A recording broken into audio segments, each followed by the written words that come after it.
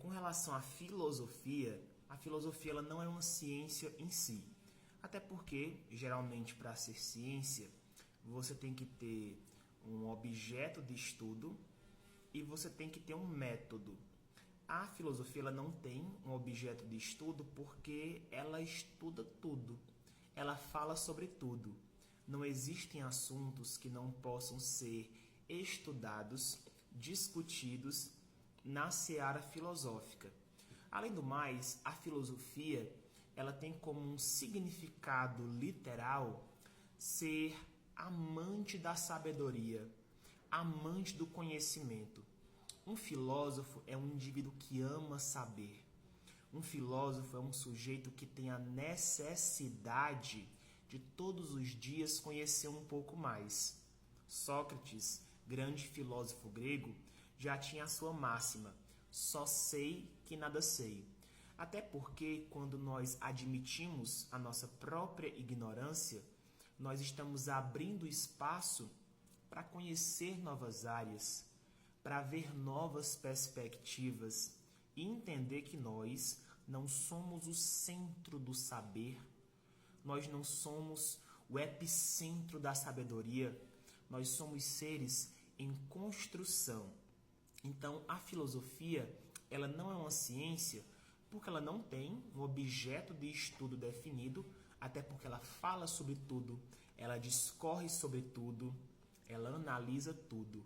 Não existem assuntos, não existem, que não possam ser discorridos na seara filosófica.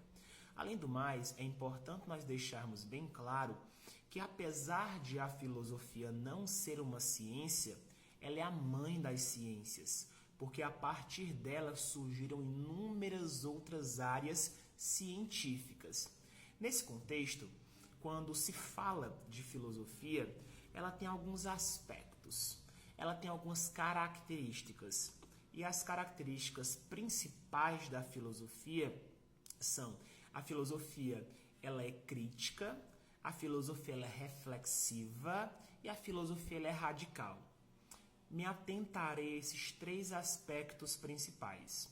A filosofia ela é crítica porque ela não aceita respostas prontas. Tudo tem que passar pelo crivo da razão, pelo funil da razão, pelo filtro da razão. Além do mais, a filosofia ela é reflexiva. Reflexiva porque vem da palavra reflexão. E o que é reflexão? Reflexão é a capacidade do sujeito de conversar com ele mesmo. E a partir do momento que nós conversamos com nós mesmos, nós adquirimos autoconhecimento. Além do mais, a filosofia ela é radical, porque ela vai na raiz da palavra, ela vai na raiz da questão, ela vai na gênese da discussão. Assim, nós entendemos as três características principais da filosofia. Ela é crítica, ela é reflexiva e ela é radical. Além do mais, é importante nós pontuarmos que quando se fala em filosofia, eu concordo que exista mais o termo filosofias. Por quê? Existe a filosofia ocidental, existe a filosofia africana, que inclusive tem mais de 10 mil anos, ao passo que a filosofia europeia tem um pouco mais de 2 mil anos.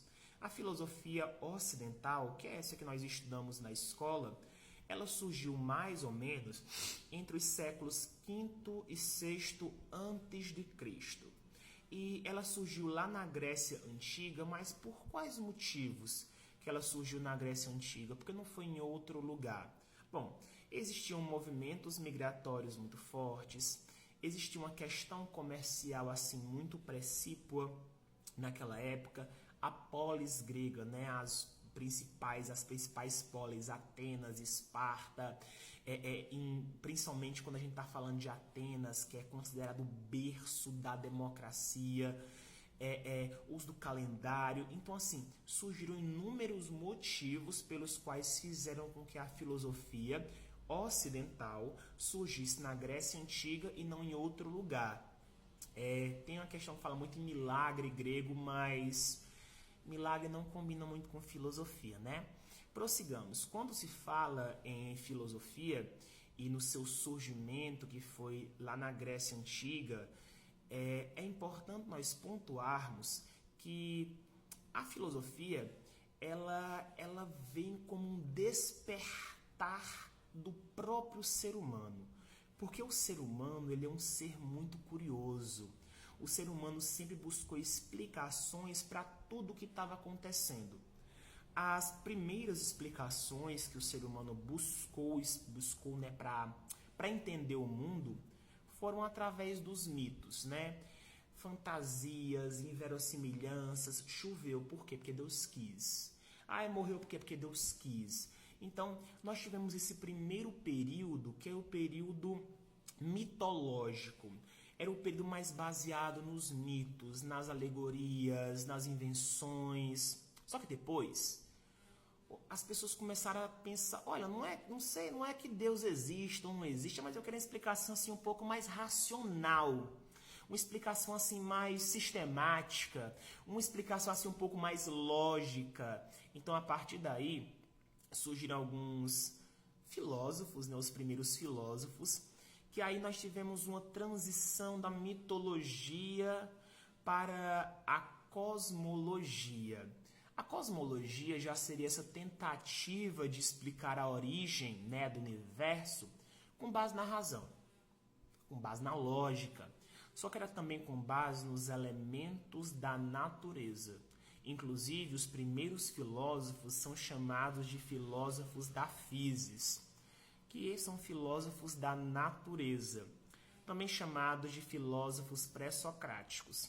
Filósofos pré-socráticos foram aqueles pensadores que desenvolveram suas teorias filosóficas antes de Sócrates. Alguns, inclusive, conseguiram viver, né, no mesmo período em que Sócrates viveu. Os pré-socráticos, eles buscavam entender a arqué, o princípio elementar ou princípio universal, a substância que deu origem a tudo que existe. Só para nós citarmos a título de exemplo, para o Tales era a água, Pitágoras, os números, Anaximandro era o ápeiron, que era uma substância infinita, indefinida. Para o Anaxímenes de Mileto, né, que foi o aluno do Anaximandro, ele falava que era o ar. O Demócrito e o Leucipo diziam que eram os átomos, e assim sucessivamente. Eram filósofos que eles se baseavam nos elementos da natureza. Eles buscavam entender a arqué, o princípio elementar ou o princípio universal. E isso durou até um certo tempo e foi muito importante para a filosofia. Se nós pensarmos, né, nos filósofos monistas, nos filósofos pluralistas que acreditavam que eram mais de um elemento, como Empédocles, né, que dizia que era a soma de terra, fogo, água e ar, foram muito importantes. Só que, mais ou menos, né, lá de 469 ou 470 até 399 a.C., viveu um filósofo que foi um marco para a filosofia ocidental, que foi Sócrates. O Sócrates ele inaugurou o período antropológico da filosofia, que antropológico vem de antropologia, né? O estudo do ser humano, das suas manifestações culturais. Sócrates, ele agora vai se preocupar muito mais com a natureza humana, né? Já digo para vocês que eu não sou muito de acordo com esse termo natureza humana, mas tudo bem, né? Sócrates falava que a natureza humana ela é racional, tem reflexões constantes e busca-se sempre o autoconhecimento.